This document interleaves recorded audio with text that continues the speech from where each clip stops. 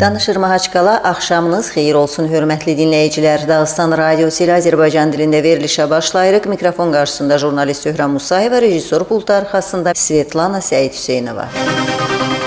Respublikanın Əmək və Sosial Tərəqqi Nazirliyinin mətbuat xidmətindən verilən məlumata əsasən əhalinin məşğuliyyəti üzrə dövlət xidməti orqanlarının əsaslarına görə Dağıstanda əlillər üçün kvotlaşdırılmış 6,1 min yer ayrılıb. Rusiya Federasiyası Təqaüd Fondunun hesablamalarına görə Respublikada bu günə təxminən 180.036 əmək qabiliyyətli əlil yaşayır ki, onların da 41.251-i əmək fəaliyyəti ilə məşğuldur. Bu əmək qabiliyyətli əhalinin ümumi sayının 22,9%-dir. Xatırladırıq ki, müvafiq nazirlik aparılmaqda olan işin səmərəliliyinə xüsusi diqqət yetirir. Beləliklə, əlillərin qeydiyyatı sistemini təkmilləşdirən idarələr arası iş qrupu yaradılıb, əlillərin reabilitasiyası və onların işlə təmini ilə bağlı tədbirlərin əl-yetərliyi təmin olunur, peşənin seçimi, peşə təhsilinin yaxşılaşdırılması və əlavə peşə tədrisi, eyni ilə əlillərin işlə təmini məsələlərinə diqqət gücləndirilib. Respublikanın Əmək və Sosial Tərəqqi Nazirliyində aparılmış müşavirədə məşğuliyyət mərkəzlərinin iş sahibləri ilə gələcək əməkdaşlığının başlıca istiqamətləri müəyyən edilib. Respublika rəhbəri və hökuməti müdiriyyətinin mətbuat xidmətindən daxil olmuş məlumata əsasən Dağıstan Respublika rəhbərinin fərmanı ilə Zaur Qurbanov Respublika rəhbəri və hökuməti müdiriyyətinin rəhbər müavini Daxili Siyasət İdarəsinin rəisi vəzifəsinə təyin edilib.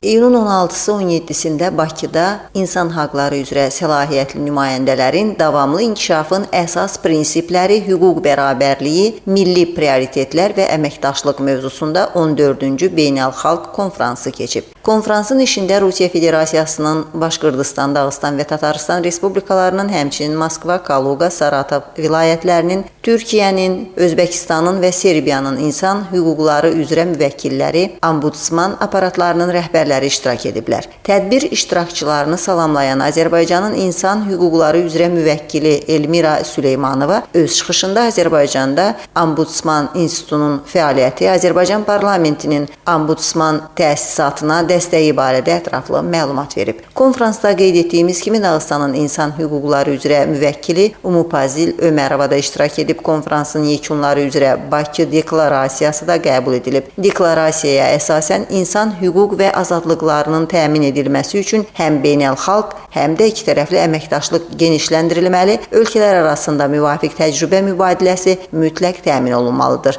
Elə ombudsmanların 14-cü Bakı beynəlxalq konfransı da bu baxımdan önəmli tribuna olub.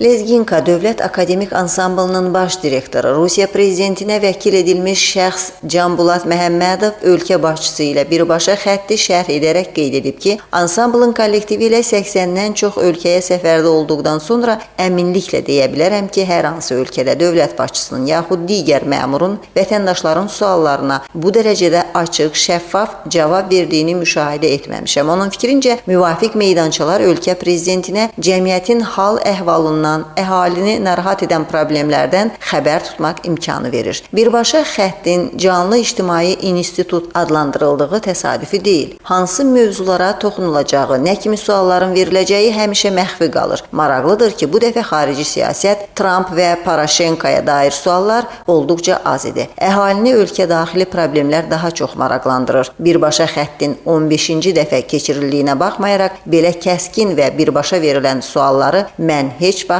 müşahidə etməmişəm. Ölkə prezidentinin vətəndaşların suallarına, xalqın problem və ehtiyaclarına operativ reaksiyası müvafiq formatda ünsiyyətə etimad göstərildiyinə, etibar edildiyinə dəlalət edir, deyə Canbulat Məhəmmədov vurğulayıb. Əminliklə deyə bilərik ki, vətəndaşlar qeyd olunan dialoqun problemlərin həllində real alət olduğuna şübhə etmir. Vladimir Putinin simasında ölkə rəhbəri necə ki daxildə, eləcə də dünya səviyyəsində Rusiyanın uğurlarının və parlaq gələcəyinin qarantı kimi çıxış edir. Bundan əlavə, prezidentin kursunun dəstəklənməsi, Rusiyalıları Krımın qaytarılması və Rusiyaya qarşı sanksiyaların yeridilməsi kimi zəmanəmizin ümumi çağırışları qarşısında vəhdətə səsləyir. Müdrik və bacarıqlı liderin ətrafında vəhdət və birlik Rusiyanın böyük dövlət kimi təşəkkülünün davamını təmin edir.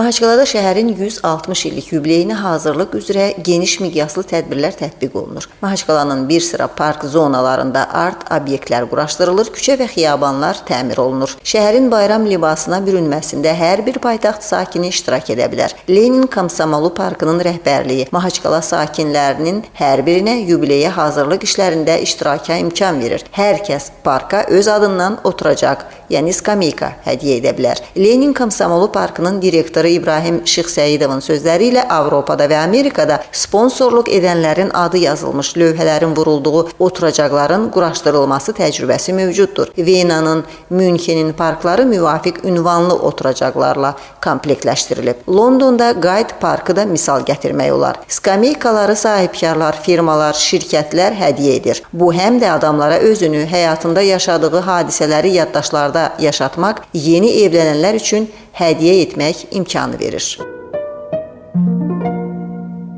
Hörmətli dinləyicilər, indi də bir elana qulaq asın. İyun ayının 23-də saat 15-dən 16-yadək Dağıstan Respublikası ərazisində xəbərdarlıq sisteminin iş fəaliyyətinə nəzər yetirmək üçün yoxlama tədbirləri tətbiq olunacaq. Rusiya Fövqəladə Hallar Nazirliyinin Dağıstan üzrə baş idarəsi vətəndaşları aparılan yoxlama işlərinə münasibətdə diqqətli olmağa səsləyir.